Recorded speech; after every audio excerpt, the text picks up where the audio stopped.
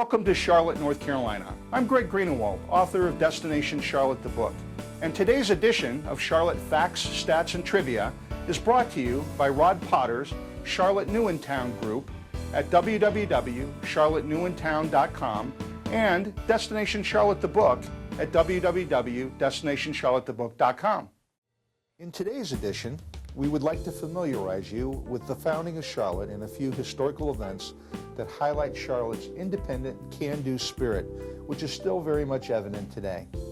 Charlotte sprang from the convergence of two Indian trading routes, the Nations Ford Trail south to Charleston, South Carolina, and the Great Trading Path heading north to Virginia.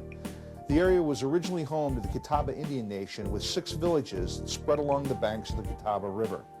In 1750s, the settlers and fur traders followed these well-established Catawba trails and began settling the Carolina backcountry.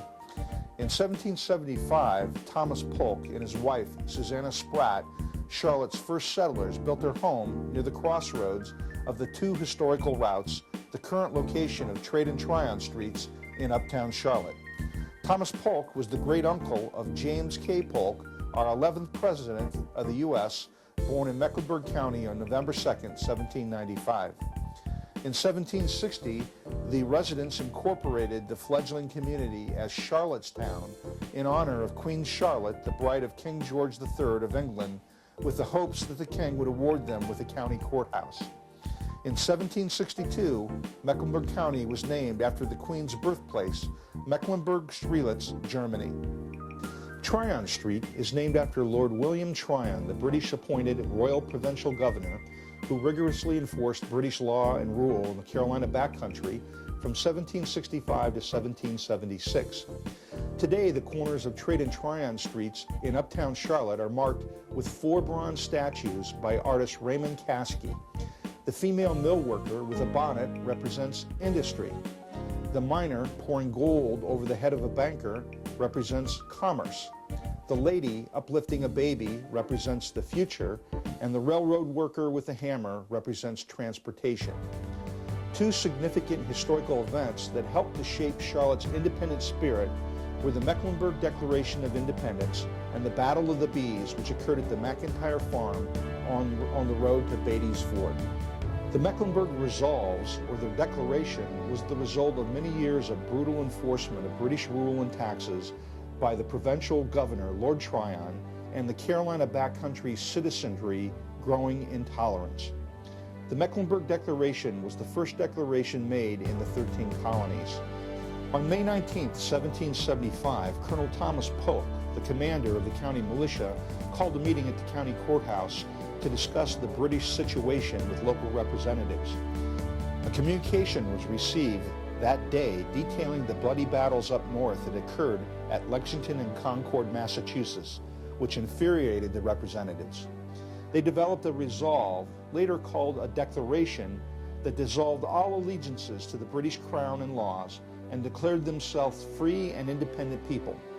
The resolve was read on the steps of the Mecklenburg County Courthouse on May 20th, 1775, and was given to Captain James Jack to deliver to the North Carolina State Representatives for presentation at the Continental Congress in Philadelphia. Even though the North Carolina State Representatives approved of the resolve, they did not present it to the Continental Congress, as Congress was still in hopes of negotiating a treaty with Britain at that time. Today, May 20th is called Mech Deck Day in Charlotte, and the date of May 20th, 1775, appears on the North Carolina state flag. On September 26, 1780, British General Lord Cornwallis marched his troops into Charlotte to set up his regional headquarters. A group of Carolina backcountry militia under William Davis provided constant harassment of the British troops by interrupting communications and ambushing supply lines. On October 3rd of 1780, a British garrison of approximately 300 men set out from Charlotte to plunder local farms looking for supplies and livestock to steal.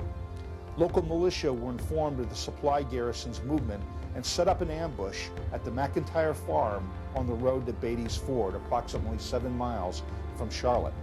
The militia hid in the surrounding wood while British troops plundered the McIntyre Farm. The Patriots turned over several beehives on the farm which infuriated the bees, who severely stung the British soldiers in their bright red uniforms and caused them to retreat from the area. Later renamed the Battle of the Bees, Lord Cornwallis wrote in his diary that Charlotte is an agreeable village in a damn rebellious country, and that the counties of Mecklenburg and Rouen were more hostile to England than any other in America, a hornet's nest of resistance. The hornet's nest symbol is frequently used with many organizations throughout the city today to continue to show our independent spirit, including the Charlotte-Mecklenburg Police Department, Police Officers' Shield, and the local Girl Scouts Council is also named the Hornet's Nest Council. Thank you for watching, and we hope you've enjoyed today's edition of Charlotte Stats, Facts, and Trivia. If you'd like to receive a complimentary copy of 101 Things to Do in Charlotte, please visit the website www.charlottenewintown.com.